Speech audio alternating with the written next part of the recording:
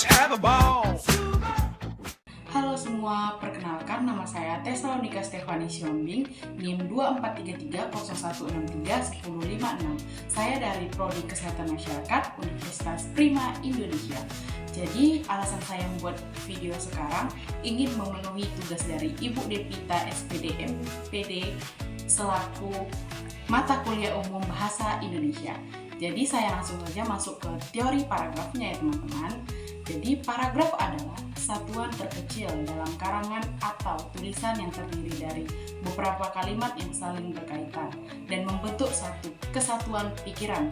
Dalam paragraf terdapat satu ide pokok yang menjadi pusat pembahasan dan beberapa ide penjelasan yang mendukung ide pokok tersebut. Menurut Gorski-Karaf tahun 1981, paragraf adalah satu pikiran dalam bentuk yang ditandai oleh adanya satu ide utama yang dikembangkan menjadi beberapa kalimat. Yang kedua, ada struktur paragraf. Struktur paragraf biasanya terdiri dari kalimat utama, yaitu atau yang disebut dengan topik kalimat yang membuat gagasan utama. Biasanya terletak di awal paragraf atau disebut juga dengan deduktif, akhir paragraf induktif, atau awal dan akhir sekaligus campuran. Kalimat penjelas, kalimat yang berfungsi mendukung dan menguraikan kalimat utama, bisa berupa fakta, data, contoh, atau penjelasan tambahan. Kalimat penutup atau disebut juga dengan opsional, kalimat yang menyimpulkan atau memperkuat gagasan. Jadi yang ketiga ada syarat paragraf yang baik. Menurut para ahli, paragraf yang baik harus memenuhi dua syarat utama. Yang pertama ada kesatuan atau disebut juga dengan unity. Semua kalimat dalam paragraf harus mendukung satu ide pokok. Tidak boleh ada kalimat yang menyimpang dari topik utama. Yang kedua ada kepaduan atau coherence. Kalimat-kalimat dalam paragraf harus tersusun secara logis dan mengalir dengan baik. Hal ini dapat membantu dengan penggunaan kata sambung atau konjungsi dan pengacauan kata atau referensi. Yang keempat ada jenis-jenis paragraf berdasarkan tujuannya. Yang pertama ada paragraf naratif, menceritakan peristiwa atau kejadian.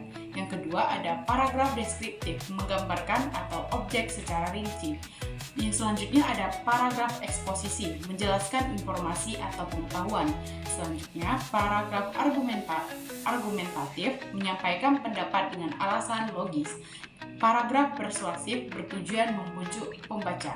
Selanjutnya, ciri-ciri paragraf yang baik. Yang pertama itu ada mengandung satu gagasan utama. Yang kedua, kalimat-kalimatnya logis dan saling terkait. Yang ketiga, menyatu dalam tema atau unity dan mengalir lancar atau coherence. Yang keempat, ada menggunakan bahasa efektif dan sesuai kaidah atau EYD. Jadi, kesimpulan dari teori paragraf ini ialah paragraf merupakan elemen penting dalam menyusun penulisan yang terstruktur. Memahami teori paragraf membantu kita menulis lebih jelas, logis, dan meyakinkan dengan memperhatikan struktur, kesatuan, dan kepaduan tulisan kita akan menjadi lebih efektif dan enak dibaca. Sekian dari penjelasan saya, kiranya video ini dapat bermanfaat bagi teman-teman yang menonton. Terima kasih, bye-bye!